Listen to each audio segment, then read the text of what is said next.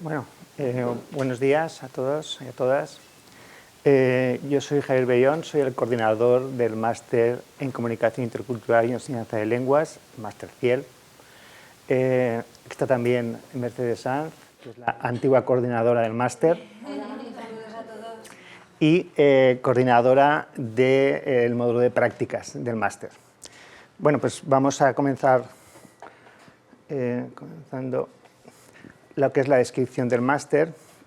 Bien, como veis, el máster, las características del máster es un máster de 60 créditos, es un máster semipresencial, ese es uno de los puntos que singularizan un tanto este máster, lo que significa que la presencialidad en las asignaturas es aproximadamente del 10-15%. Para que os hagáis una idea, las asignaturas obligatorias son aproximadamente, tienen unas 8 o 10 horas de clases presenciales, mientras que las clases optativas son aproximadamente unas 6 horas de clases. El resto se entiende que son horas de trabajo en tutorías, trabajo personal, de elaboración de dosieres, de trabajos, etc. Eso es el primer aspecto que quería comentaros, que es un tanto particular de este máster, la semipresencialidad. Las clases, como veis, son los lunes y miércoles por la tarde, de 4 a 8, y es un máster que tiene tanto una orientación profesional como investigadora. Supongo que en otros másteres ya os habrán comentado la diferencia que hay entre uno y otro.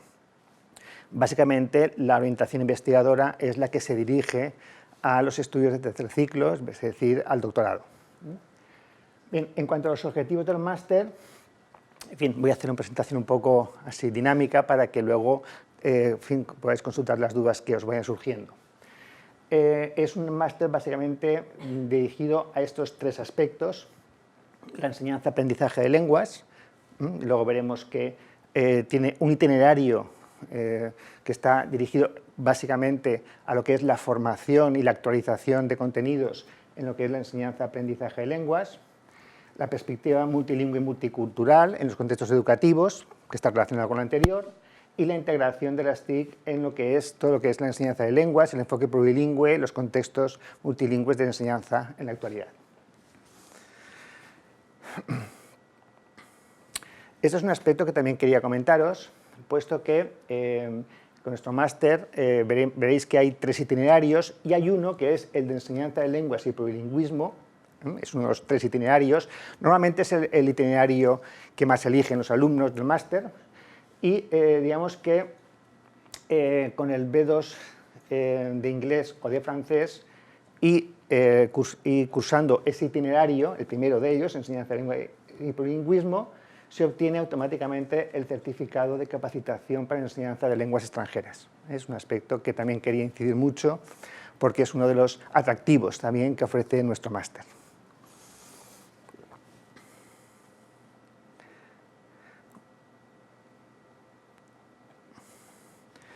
En principio, es un máster dirigido sobre todo a, como he dicho, a la enseñanza de lenguas. Por tanto, como veréis, la mayor parte de los alumnos del máster proceden tanto del ámbito de las filologías, de maestros, de traducción e interpretación, de humanidades, pero también tenemos hemos tenido a lo largo de estos 8 años bastantes alumnos que proceden del ámbito de la comunicación, tanto del periodismo, de la comunicación audiovisual, como de publicidad.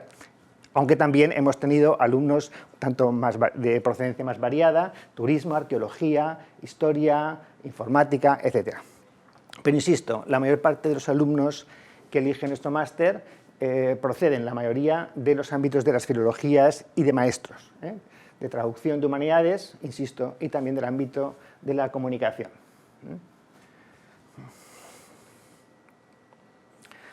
Bien, esta es la estructura de nuestro máster. Hay los 60 créditos, tenemos un bloque de asignaturas obligatorias en el que hay que cursar 24 créditos de una oferta de 27. Esto es porque de los 24 créditos hay una asignatura que es optativa. Es decir, digamos que la de normativa, hay una asignatura que es normativa de español y normativa de catalán, y hay que elegir una de las dos. Y luego, en cuanto a asignaturas optativas, hay otros 24 créditos. Luego tenemos, por supuesto, el trabajo fin de máster. Tenéis ahí las dos orientaciones que os comentaba al principio. La orientación investigadora significa que hay que elegir 24 créditos obligatorios, los 24 optativos. Lengua extranjera es porque entre las optativas se ofrece, ahora lo vais a ver aquí, el plan de estudios, si enlaza. Bueno. ¿Veis ahí? Hay una serie a partir de la 20, una serie de lenguas en distintos grados, lengua francesa, inglesa, alemana, italiana, rumana y griega. De las optativas tenéis que elegir al menos una, al menos una. Normalmente, pues, las lenguas que normalmente tienen más aceptación son normalmente el italiano, porque claro, los que ya tenéis un nivel, por ejemplo, de inglés o de francés, pues muchas veces queréis abriros a otros idiomas. Y, por supuesto, pues el perfeccionamiento de inglés. Normalmente se trabaja sobre todo el inglés académico en la asignatura. Bien. Seguimos con el tema este. Vale. Bueno, como veis, ahí os he dicho al principio, hay 3 itinerarios de optatividad que comprenden, pues, la enseñanza de lenguas y plurilingüismo. Es normalmente el que más los alumnos eligen, la comunicación intercultural y el multilingüismo, y un tercer itinerario que es de literatura e interculturalidad. Digamos que en los dos primeros se trabaja sobre todo cuestiones relacionadas con la enseñanza de lenguas, mientras que el tercero, pues, es un poco más variado, se trabaja en cuestiones de literatura, de retórica, de periodismo, de comunicación visual, de publicidad, etc. Otro aspecto que quería comentaros es el reconocimiento de asignaturas, sobre todo con el máster, quizá el máster más multitudinario, como es lógico, de la universidad, que es el máster universitario de profesorado, para profesores de secundaria. No sé si alguno de vosotros, de vosotras lo ha cursado o tiene idea de cursarlo. Tenemos, como veis, un modelo de reconocimiento de asignaturas con las asignaturas específicas de lenguas de este máster secundaria. Es decir, sabéis que, no sé si alguno de vosotros ha estudiado el máster secundaria, lo ha cursado. Bueno, sabéis que es el máster, es un máster, este sí que es directamente de oferta obligatoria en las universidades, porque es el que, digamos, que acredita para el acceso a la función pública. Entonces, digamos que la parte de lenguas tiene una serie de asignaturas específicas, que son estas 3.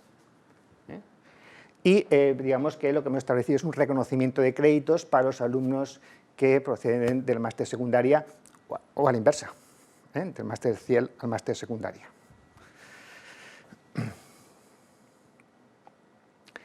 Bueno, la metodología de trabajo del máster, como veis, claro, pues todas las guías docentes de las asignaturas están disponibles en el aula virtual.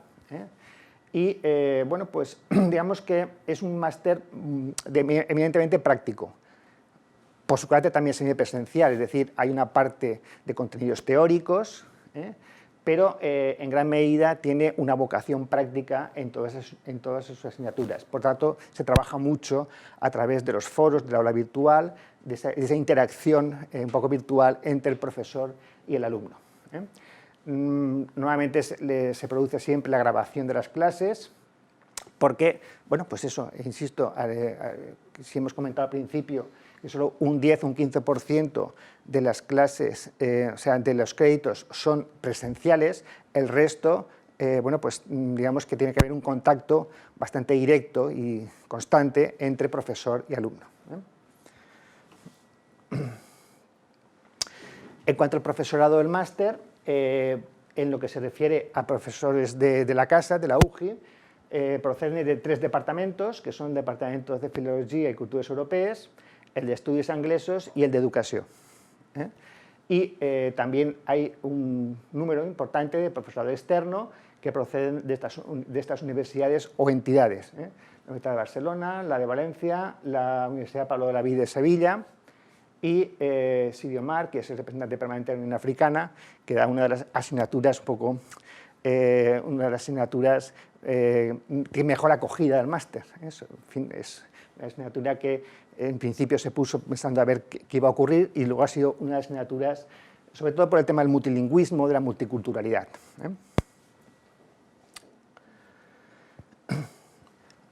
Como os he dicho, el aula virtual en todas las asignaturas es un instrumento básico de trabajo en este máster. Cada asignatura pues, cuelga materiales, muchos materiales, los foros de tutoría funcionan constantemente, las guías docentes. Hay también en el aula virtual un curso de coordinación del máster, otro, no lo pone ahí, también dedicado exclusivamente al trabajo fin de máster, sabéis que es uno de los puntos fuertes de cualquier máster. Y además, por supuesto, tenemos nuestra web y los perfiles en las redes sociales, en Facebook, LinkedIn, Twitter, Google, etc.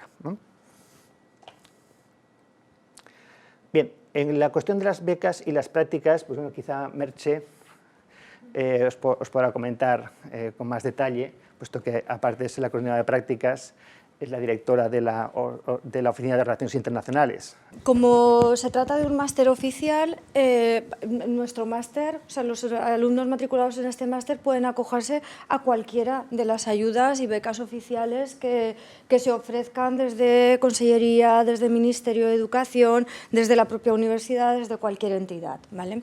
Entonces, dices, ¿dónde podéis informaros de las becas a las que podéis acceder? En el canal Infocampus de la universidad, ahí tenéis por la información a las becas.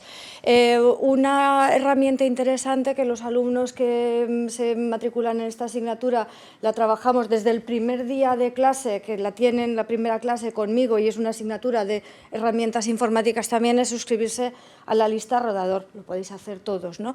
En esta lista rodador podéis marcar vuestros intereses y es una lista de difusión que os manda o bien al teléfono móvil o al correo electrónico información sobre lo que más os interese, becas, cursos, premios, congresos, información muy variada. Entonces, ahí, si estáis suscritos a Rodador, toda convocatoria de becas que pueda llegar os la vais a tener. También, bueno, pues en la página web del máster hay una redirección también a donde se puede acceder a las becas. Y luego también comentaros que tenemos las becas Erasmus, tenemos convenio Erasmus para realizar estancia de formación o de prácticas en dos universidades, la Universidad de Lille, Charles de Gaulle, Lille 3 en Francia y la Universidad de Lausanne en Suiza. Tenemos acuerdo con másteres de estas universidades y bueno, pues los alumnos de nuestro máster podrían pasar un semestre con una beca Erasmus Máster en estas universidades para realizar formación o para realizar unas prácticas si quisieran, o elaboración de TFM, en fin.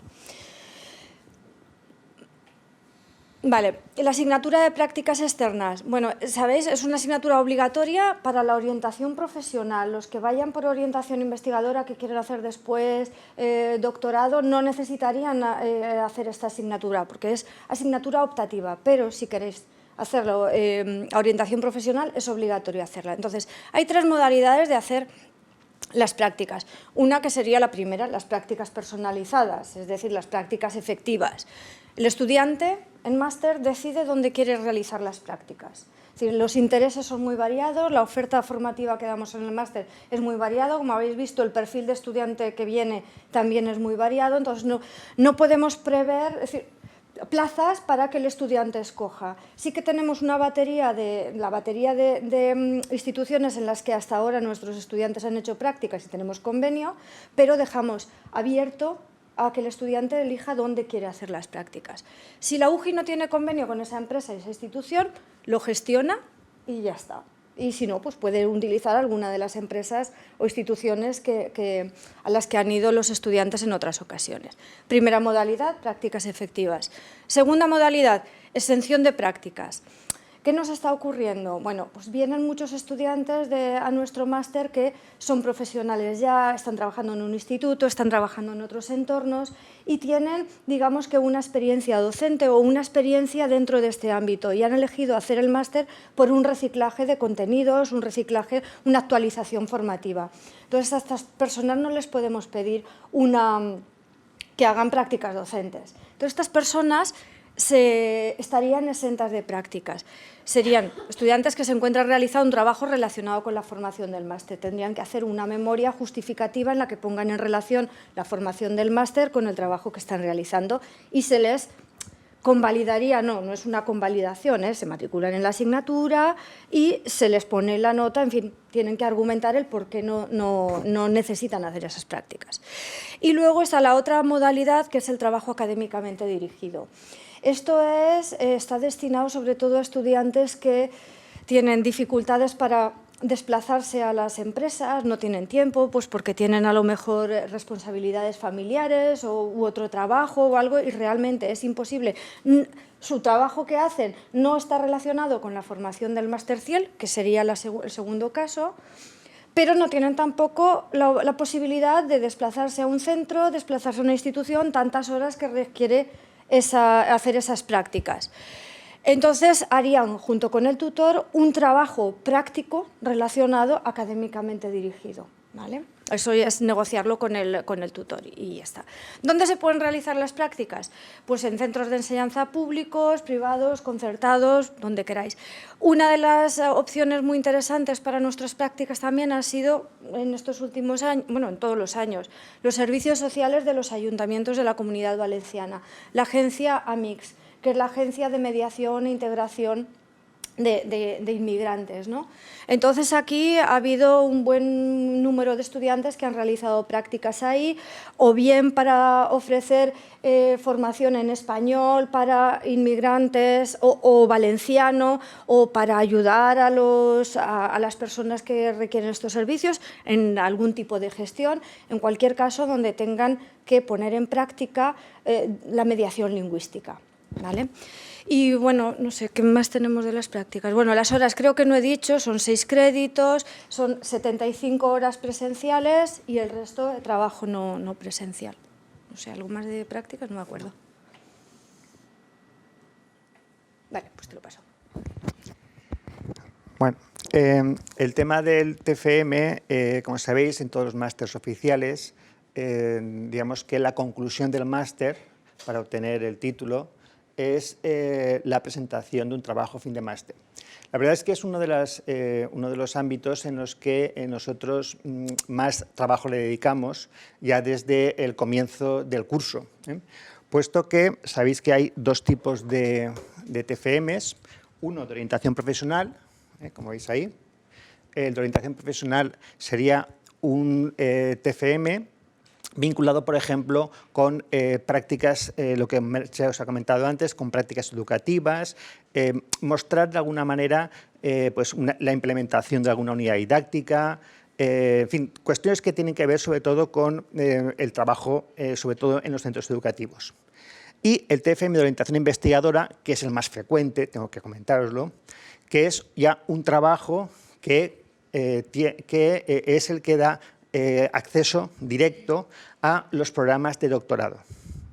Distintos programas de doctorado. Aquí en la casa concretamente, nuestro máster está directamente relacionado con el programa de doctorado del Departamento de Filología, de Traducción y de Estudios Anglesos. Bien,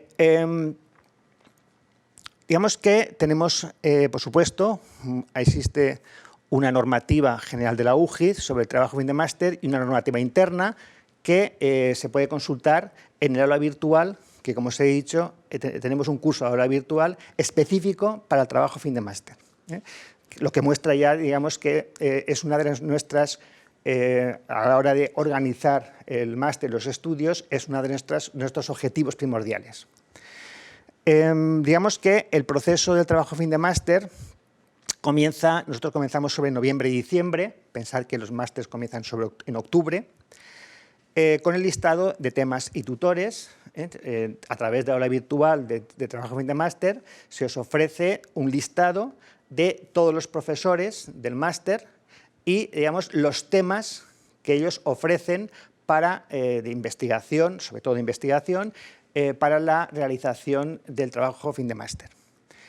Vosotros, en función de esos temas, elegís, os ponéis en contacto con alguno de los profesores y le planteáis en fin, lo que son vuestros objetivos, lo que os gustaría trabajar, y os ponéis de acuerdo con él. A partir de ahí, digamos que la Comisión Académica del Máster aprueba el listado de tutores y de alumnos, y a partir de febrero es cuando se comienza ya a trabajar con lo que es el proceso de investigación, el trabajo.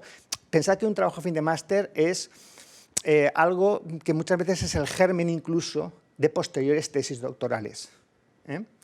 De hecho, bueno, nosotros, insisto, que los trabajos fin de máster para nosotros es una de las piezas fundamentales, puesto que muchos de nuestros alumnos luego continúan, de hecho, en el ámbito del doctorado. Los temas son sobre todo del ámbito de, os digo, pues en función de lo que han sido estos años, ¿no?, de vigencia del máster. TFMs dedicados al ámbito de la educación, de investigación educativa, acción en el aula. Muchos también TFMs de enseñanza de español para extranjeros, que es uno de los puntos fuertes también del máster. Yo diría que es casi, no sé, últimamente casi es uno de los temas más elegidos por los alumnos.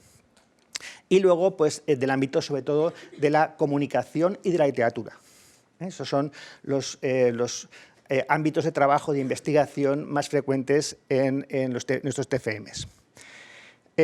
Los TFMs en nuestro máster se pueden defender cualquier mes. Sabéis que hay otros másters, por ejemplo, el de secundaria, que tiene 3 momentos para la defensa del TFM ante un tribunal. Es en julio, noviembre y marzo. En nuestro caso, es cualquier mes se puede presentar ante un tribunal del TFM, excepto, por supuesto, el mes de agosto. Y el límite es el 30 de noviembre, que eso es común para todos los másters de la UGI, puesto que en esa fecha es cuando se entregarían las actas con las notas del TFM.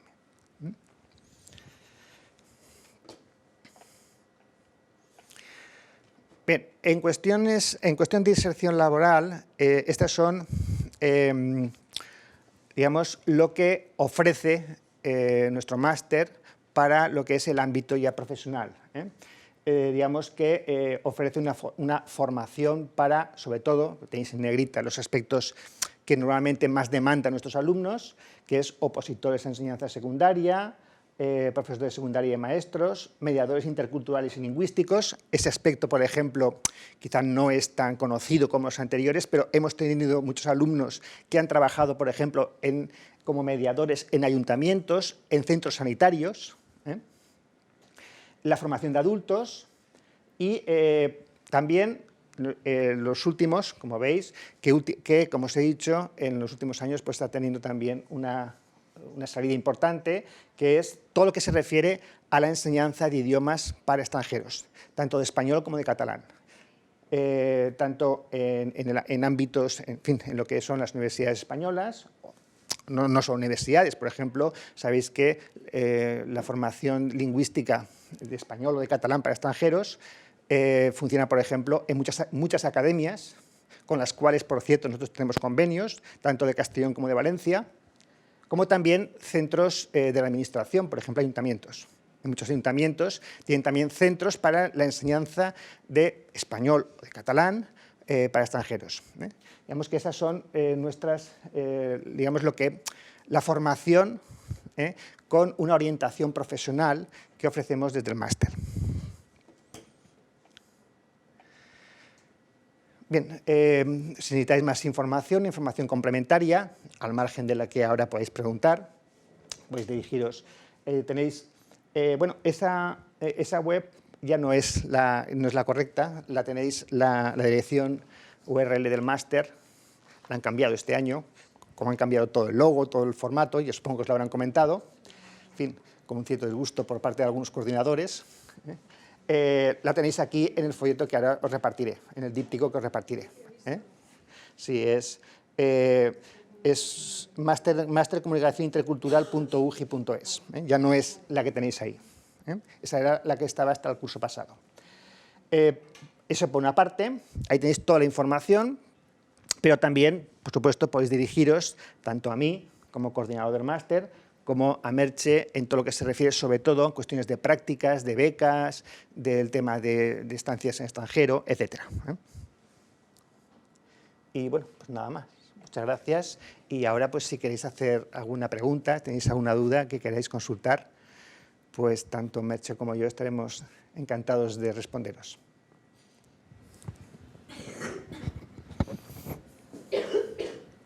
Bueno, yo quería comentaros, es decir, bueno, como os ha dicho Javier, esta es la nueva imagen del máster, la nueva imagen, el díptico, lo veréis en la página web y tal, pero habréis visto en la presentación que aparecía otra imagen y todavía la seguiréis viendo. Bueno, que nos reconozcáis, dice, si nos entráis en el Facebook aparece esta imagen, que es la que hemos tenido hasta ahora, esta recoge también la idea, pero bueno, está actualizada, ¿no? Entonces seguimos utilizando la imagen antigua también, allá donde nos veáis, que sepáis que somos nosotros. De hecho, ahí hay un banner, o sea, el póster en el hall, que está con esta imagen, póster por las paredes y tal. Y bueno, pues no sé, ¿alguna cosa queréis comentar? Yo os animaría, bueno, has traído dípticos, ¿no? Pues distribúyeselos y a lo mejor si quieren echar un vistazo a las asignaturas, si tienen curiosidad en comentar alguna cosa. Es decir, yo os adelantaría, mientras lo vais mirando ahora, decir, bueno, el bloque de asignaturas obligatorias, si os dais cuenta, es un bloque de asignaturas instrumentales. Son asignaturas instrumentales que cubren un poco decir, los ámbitos de funcionamiento del máster, lo que vais a necesitar para trabajar de manera óptima en el máster, y luego contenidos que se van a ir luego terminando de desplegar en los diferentes itinerarios de optatividad. Entonces, las competencias que se trabajan en este bloque de asignaturas obligatorias después se retomarán se complementarán en las asignaturas optativas. Y ya está. Si queréis comentar alguna cosa, si no, pues nada. Espero veros el año que viene en el Máster Ciel.